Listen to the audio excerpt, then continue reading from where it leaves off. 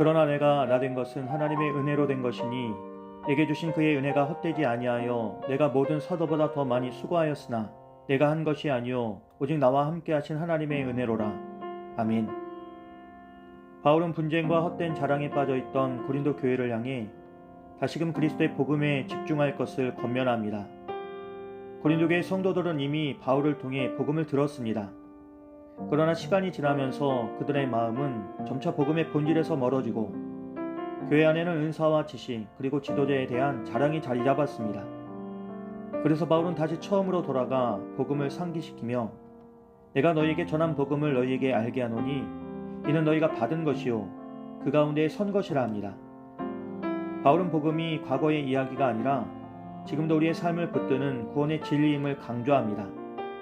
복음은 이전에 한번 들은 것으로 끝나는 것이 아니라 오늘을 살아가며 여전히 붙들어야 할 생명의 토대입니다. 그래서 바울은 복음의 핵심을 다시 선포합니다.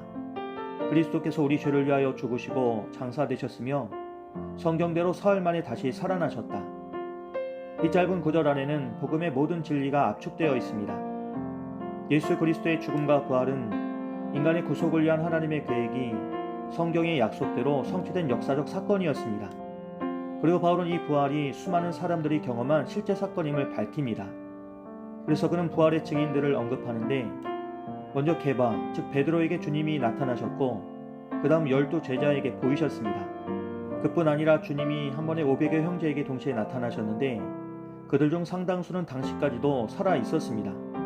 그리고 이어서 주님은 형제 야고보에게도 나타나셨고 모든 사도들에게도 나타나셨습니다. 이처럼 부활의 증인들이 많다는 것은 부활이 공동체 전체가 목격한 역사적 사실임을 분명히 보여줍니다. 그리고 바울은 그 모든 증인들 가운데에 자신을 마지막으로 언급하며 맨 나중에 만삭되지 못하여 난 자 같은 내게도 보이셨다고 고백합니다. 바울은 자신을 부끄러운 과거를 가진 사람으로 표현합니다. 그는 한때 교회를 박해하고 예수의 이름을 대적하던 자였습니다. 하지만 부활의 주님께서 그에게 나타나셨고 그것은 그에게 설명할 수 없는 은혜였습니다. 그래서 바울은 담대하게 나는 사도 중에 가장 작은 자요 사도라 칭함받기를 감당하지 못할 자라고 고백하면서 그러나 나의 나 된 것은 하나님의 은혜로 된 것이라 합니다. 바울은 자신이 누구인지 그리고 무엇으로 여기까지 왔는지를 정확히 알고 있었습니다. 그의 사역과 열정, 헌신은 그의 의지나 노력의 결과가 아니라 전적인 하나님의 은혜의 열매였습니다. 그런데 바울은 여기서 단순히 개인의 간증을 말하는 것이 아니었습니다. 복음을 따르는 모든 이들의 존재 근거를 말하고자 한 것입니다. 성도가 하나님 앞에 설 수 있는 이유, 그리고 신앙의 길을 걸을 수 있는 힘은 오직 하나님의 은혜로부터 온다는 것입니다. 인간의 자랑이나 업적, 경험은 결코 복음의 기초가 될 수 없습니다. 결국 바울이 전하고자 한 메시지는 명확합니다. 복음은 사람마다 다르게 해석될 수 있는 이야기가 아니라는 것입니다. 복음은 모든 사도들이 한 마음으로 증거하고 교회 공동체가 함께 믿는 변함없는 진리입니다. 복음은 교회를 하나 되게 하고 분쟁과 자랑에서 벗어나게 하는 유일한 기준입니다. 오늘 우리에게도 바울이 전한 이 말씀은 여전히 유효합니다.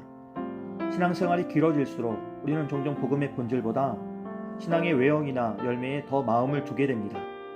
내가 얼마나 헌신했는지, 얼마나 봉사했는지, 그리고 어떤 은사를 가졌는지를 스스로 점검하고자 합니다. 하지만 정작 지금 내가 복음 위에 온전히 서 있는지는 질문하지 않습니다. 그러나 복음은 신앙의 출발점이자 동시에 우리의 매일의 삶을 지탱하는 힘입니다. 복음은 지금도 우리 안에서 살아 역사하시는 하나님의 능력입니다. 그래서 우리가 넘어지지 않고 흔들리지 않으려면 복음 가운데 있어야 합니다. 그리고 하나님이 나를 구원하셨다는 사실, 예수 그리스도께서 나를 위해 죽으셨고 다시 살아나셨다는 진리를 언제나 마음에 새길 때에 우리는 세상의 혼란 속에서도 중심을 잡을 수 있습니다.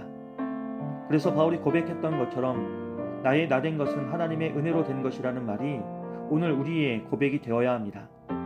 은혜를 아는 사람은 자기를 높이지 않습니다. 그는 모든 것이 하나님의 손길 안에서 이루어졌음을 인정하고 오직 주님의 영광을 위해 살아갑니다.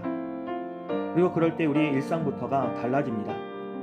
평범한 하루도 특별하게 느껴지고 사람의 평가나 결과보다 과정 속에서 일하시는 하나님을 바라보게 됩니다.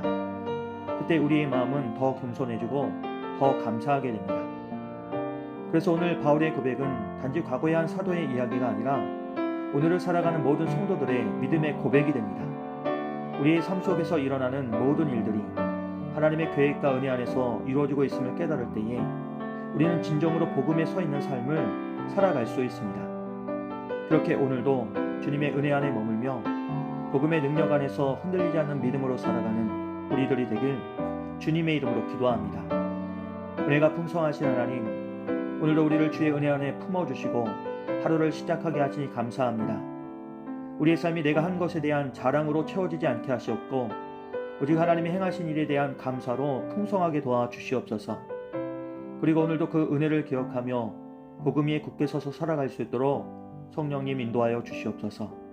예수님의 이름으로 기도합니다. 아멘.